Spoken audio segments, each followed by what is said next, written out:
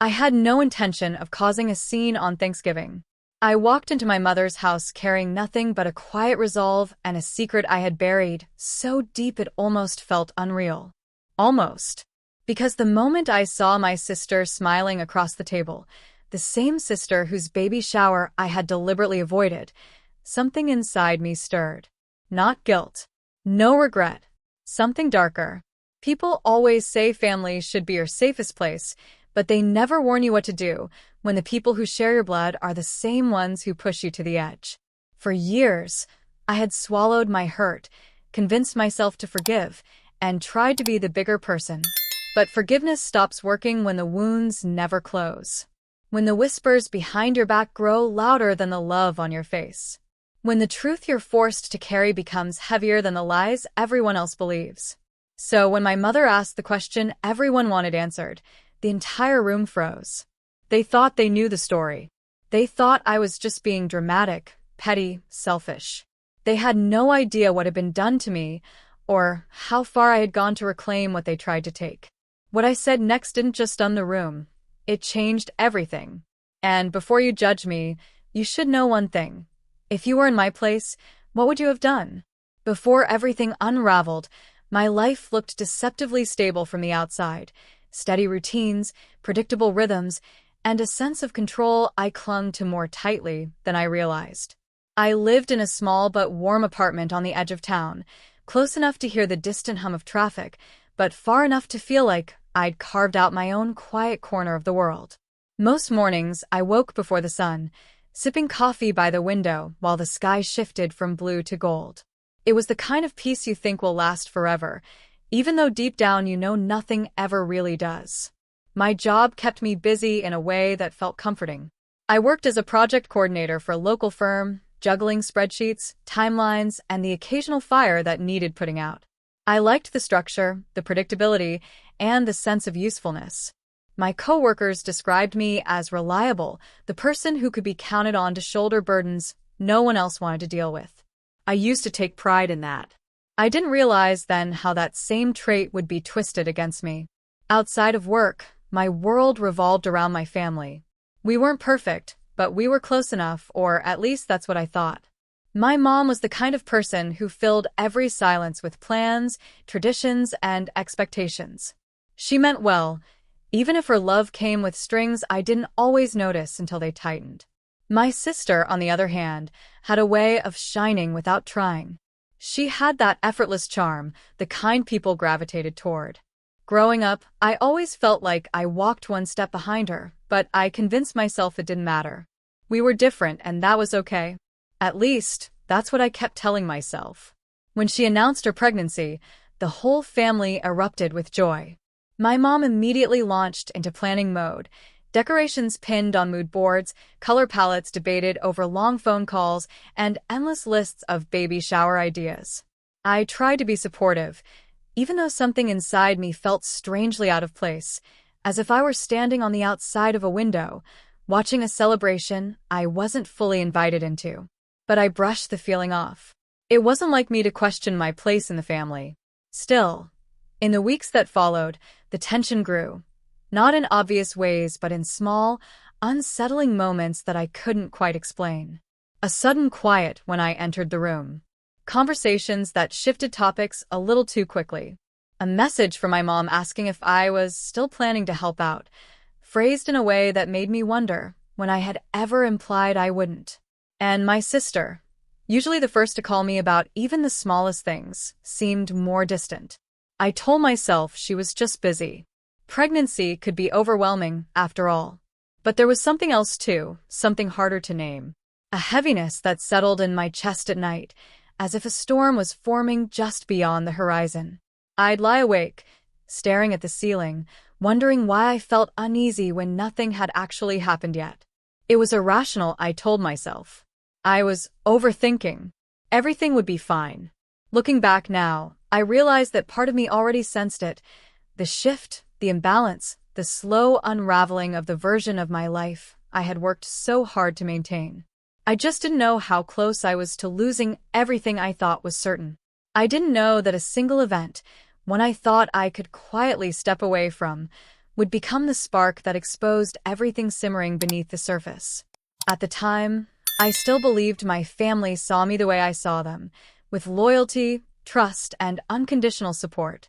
I didn't question the roles we'd fallen into, or how easy it was for all of us to stay in them. I didn't consider that my absence, one that felt necessary for reasons I wasn't ready to share, would become the moment everything shifted against me. But the truth has a way of coming out, even when you try to bury it. And sometimes, the people you think will protect you are the ones who turn the knife the moment you step out of line. If I had known how that simple decision would ripple through every corner of my life, I might have prepared myself differently. Or maybe I wouldn't have changed anything at all. Because sometimes, the only way to uncover the truth is to watch everything fall apart first. And that's exactly what happened next. I didn't plan on discovering the truth. It came at me sideways, almost casually, as if the universe had grown tired of watching me pretend everything was fine. It began with something small, something harmless, or at least that's what I tried to convince myself. A misplaced comment here, an odd expression there, a sudden hush in a room that used to burst with warmth the moment I walked in. At first, I blamed my imagination. I thought I was just tired, stretched thin, maybe even overthinking. But deep down, something in me knew better. The air felt different around them, heavier, as if holding secrets it couldn't bear much longer. The signs piled up quietly at first, like dust gathering on surfaces you forget to clean.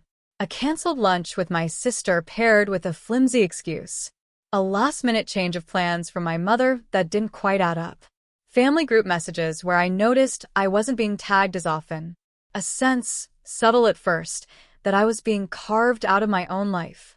I brushed it off for weeks, telling myself I was imagining the distance. But intuition has a way of whispering when you refuse to listen. And soon, it was no longer whispering. It was screaming. The real unraveling began on a night so ordinary, I still struggle to understand how it managed to break me. I had stopped by my mother's house to drop off a set of dishes she wanted for Thanksgiving. The windows glowed warmly, the porch light humming softly, the scent of familiar spices drifting into the crisp air. Everything felt normal, comfortable, safe, the way home is supposed to feel. But when I stepped inside, that feeling shattered almost instantly. The house was quiet. Too quiet. My mother always had something playing, music, the TV, even a podcast, but that night there was nothing. Just silence, and an odd tension I felt immediately in my chest. I called out, half expecting her to answer cheerfully from the kitchen. No response. I wandered toward the living room and froze when I heard faint murmurs, soft voices carrying through the crack of a barely closed door. There was laughter, suppressed, nervous, and then I recognized my sister's voice, followed by my mother's. I shouldn't have stopped. I shouldn't have listened. But something told me that whatever they were discussing, whatever secret they were sharing, had everything to do with me. I edged closer, careful not to be seen, my heartbeat loud and unsteady. In that small sliver of space, their words slipped through, short, sharp, impossible to soften. They were talking about the baby shower, my sister's baby shower. The one invitation I never received. The one event I didn't know had already passed. My stomach clenched as I heard my sister laugh lightly, as if brushing off a worry, telling my mother that I would have made things complicated if I came. Made things complicated? I didn't understand. I pressed in closer, my breath shallow, my pulse a drumbeat in my ears. My mother's voice followed, quiet, but heavy with something I couldn't quite recognize at first. Maybe disappointment. Maybe resentment. She said it was better that I wasn't invited, that it would keep the peace. Keep the peace. The words burrowed under my skin like ice. I backed away, my legs shaky, the world spinning slightly under my feet. I felt foolish, unwanted, shut out of something that should have been mine to celebrate. But I couldn't storm in. Anger was bubbling inside me, but confusion numbed it. I left quickly, slipping out before they noticed, barely breathing until I reached the safety of my car. I sat there for a long moment, staring at the steering wheel as if waiting for it to explain what I had just heard. The betrayal stung not just because they excluded me, but because they talked about me like I was a problem that needed to be managed. That night marked the beginning of everything unraveling. The next morning, I woke up with the same heaviness in my chest, but also something else, an unbearable need to know the whole truth. If they had shut me out deliberately, then there had to be more to the story. I wasn't going to sit quietly and pretend it didn't matter. I needed answers, even if they hurt. I started by checking social media, something I had avoided the night before because I knew it would only twist the knife deeper. And I was right. My feed flashed with photos I had never seen. My mother standing proudly next to my sister, balloons and pastel decorations framing them perfectly. A room full of people smiling, celebrating, posing with gifts. A moment I should have been in. A moment that belonged to family. My heart sank further when I noticed familiar faces in the background, cousins, friends, even people I barely knew. Everyone was there except me. The captions made it worse. Words like beautiful day, surrounded by love, and couldn't have asked for more felt like quiet digs into my already fragile heart. And still, with all those photos, my name was nowhere in the comments. It was as if I didn't exist. The pain slowly morphed into something sharper. Anger, betrayal, a sense of injustice that pulsed through my veins like fire. I wasn't perfect, but I had always been there for my family. I had shown up to every milestone, every event, every moment that mattered. And yet, when it came to something this important, they erased me. The more I thought about it, the more certain I became that this wasn't just a misunderstanding. It wasn't an oversight or miscommunication. This was deliberate. I needed to understand why. It was a subtle clue that finally pushed me deeper, a comment from one of my sister's friends under a picture, saying she was proud of her for staying strong and not letting unnecessary stress back into her life. It sounded harmless to anyone else, but to me, it felt pointed, like an arrow aimed directly at my chest. Unnecessary stress. That was me, apparently. I had to know what they were hiding. The discovery came days later, when I received a notification that one of my sister's friends had tagged me in an old memory. It was from years ago, long before the tension ever existed, and without thinking, I clicked on her profile. What I found made my heart drop. An entire thread of posts hidden from me but visible to others, talking about how I had always overshadowed my sister. How my career, my independence, my confidence made her feel small. Comments from people I barely interacted with, painting me as controlling, judgmental, even selfish. Lies spread quietly, building a picture of me that I didn't recognize. It was like watching strangers discuss a woman who shared my face, but none of my truth. And in the middle of it all were likes from my mother. Subtle, but unmistakable. It felt like betrayal layered upon betrayal. Family, the one thing I thought would never turn on me, had built a narrative behind my back. A narrative that justified cutting me out. A narrative that made me the villain in a story where I had no voice. I stared at the screen for a long time, feeling something inside me shift. They didn't just exclude me. They didn't just lie. They decided who I was without ever giving me the chance to speak. They shaped a version of me that suited them, a quieter, smaller version that could be locked out whenever it was convenient. But I wasn't going to let them decide who I was anymore. The anger simmered into something colder, something calculated. Revenge didn't start with burning fury. It started with clarity. With the sharp realization that if they could strip me of my place so easily, I needed to reclaim something far more powerful. The truth. And I would gather it piece by piece, quietly, carefully, without letting them sense the shift. Their world was built on a foundation of selective memories and unspoken resentments. All I needed to do was shake it, just enough for the cracks to show. The plan began forming slowly, built on observation and patience. I attended family gatherings without giving away what I knew, watching their reactions, noting each inconsistency. I listened to half-truths, collected subtle confessions, and let them believe I was clueless. They had no idea I was finally seeing them clearly. They had no idea what I was preparing. And with Thanksgiving approaching, everyone together in the same room, the perfect moment was rising like a storm on the horizon. All I needed to do was wait. But even then, I kept asking myself, how far was I willing to go to expose everything they tried to hide? I remember the exact moment everything inside me shifted. It was early evening, that strange in-between hour when the sky can't decide whether to hold onto the light or let the darkness swallow it.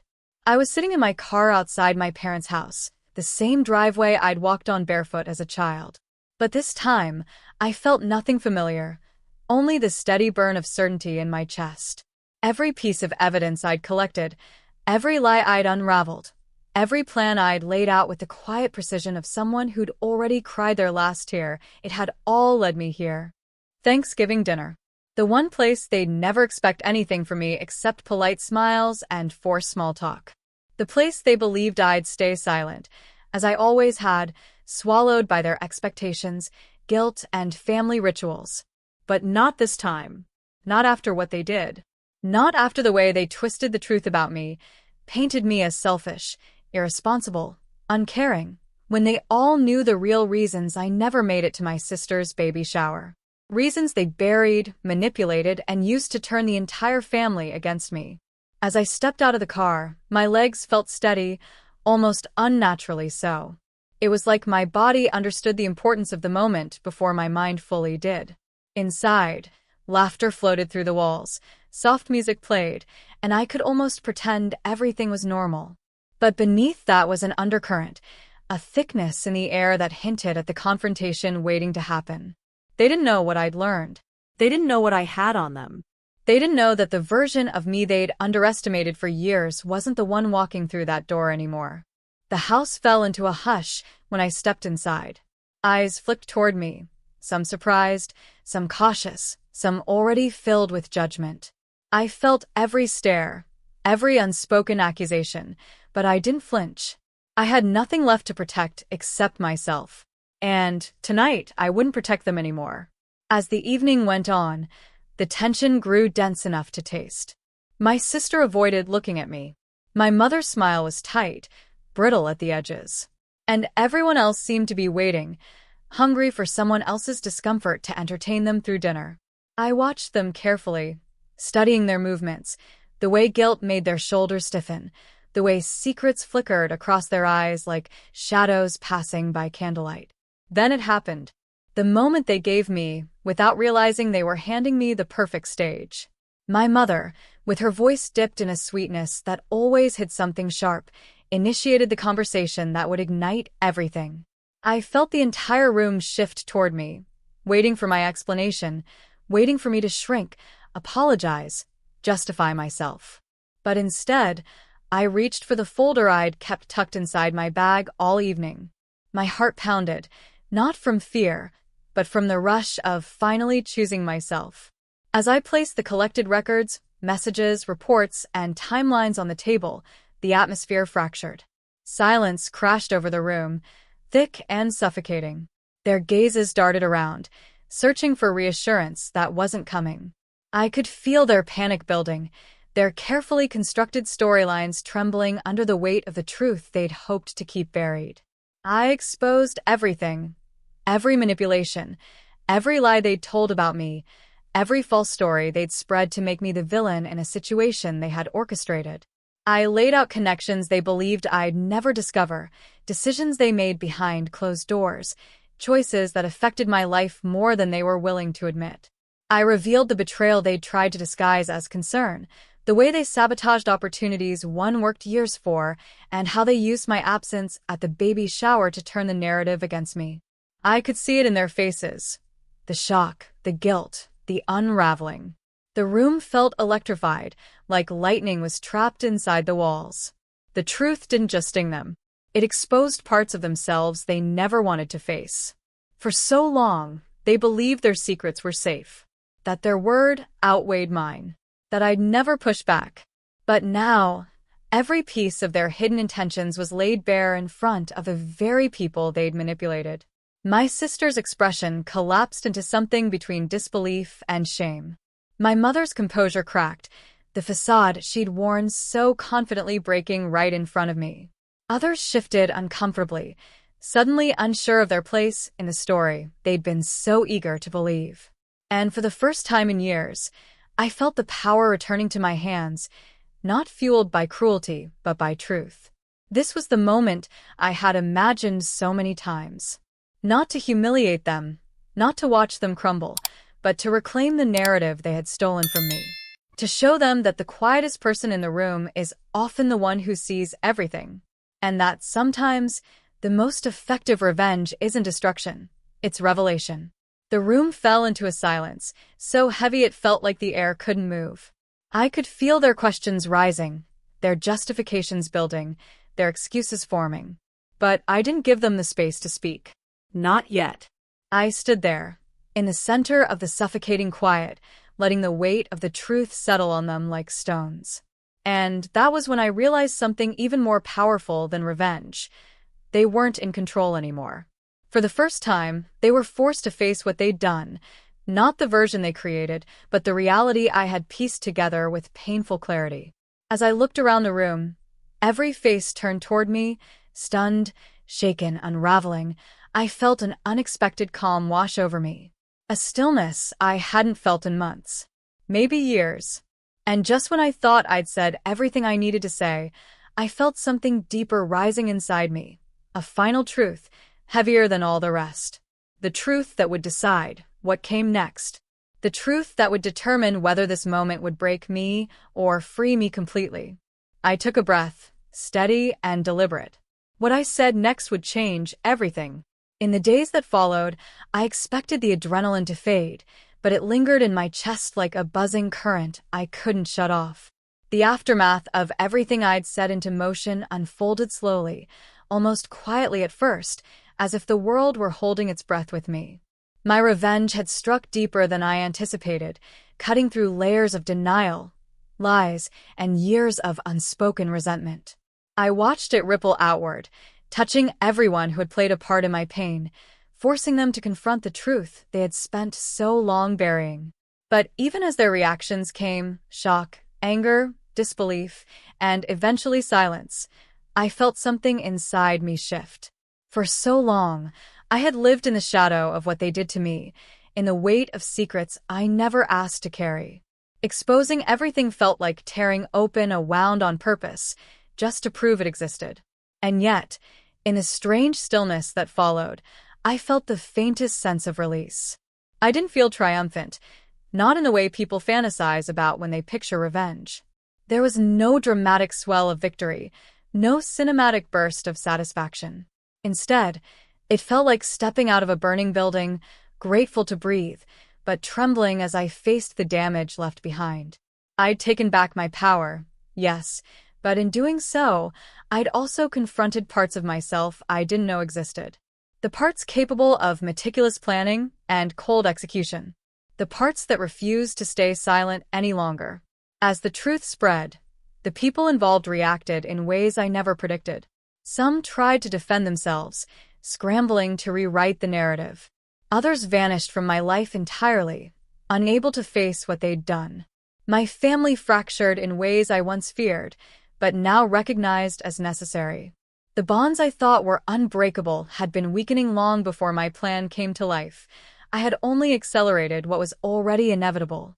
I found myself standing in the quiet aftermath, forced to acknowledge that revenge had given me something I didn't know I needed: clarity.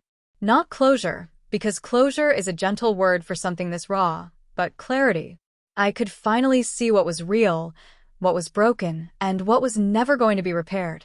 The illusions I'd clung to, the excuses I'd made for their behavior, the hope that they would one day understand me, they all crumbled. And for once, I didn't try to hold them together. In their absence, I learned the shape of my own strength. Not the loud, defiant kind that people notice, but the quiet endurance forged in the moments no one sees. The kind that grows from surviving what should have broken you. I rebuilt my life slowly, deliberately, choosing people and paths that honored the woman I had become. I stopped apologizing for protecting my own peace. I stopped shrinking myself to keep others comfortable. And I stopped believing that family, loyalty, or love should ever come at the cost of my sanity. Still, revenge has a way of lingering in the corners of your mind. It whispers when the world gets quiet, reminding you of the person you once had to become to survive. It asks if you did the right thing, or if there was another path you could have taken. It makes you examine the pieces of yourself left behind in the wreckage. But the truth is, healing rarely comes clean. Sometimes it's jagged, imperfect, stained with choices you never imagined making. Sometimes it requires burning bridges that were already collapsing. And sometimes it demands retaliation, not out of cruelty, but out of a need for truth, justice, and self-preservation. Looking back, I realized my story wasn't just about revenge against the people who wronged me. It was revenge against the silence I'd been forced into. Revenge against the version of myself who thought she had to endure everything quietly. Revenge against every moment I felt unseen, unheard, or dismissed. And that, more than anything, changed me.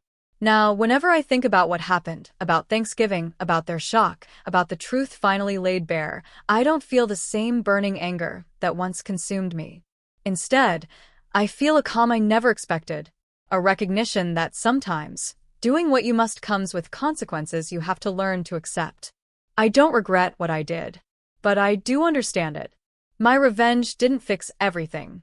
It didn't erase the past or heal every wound.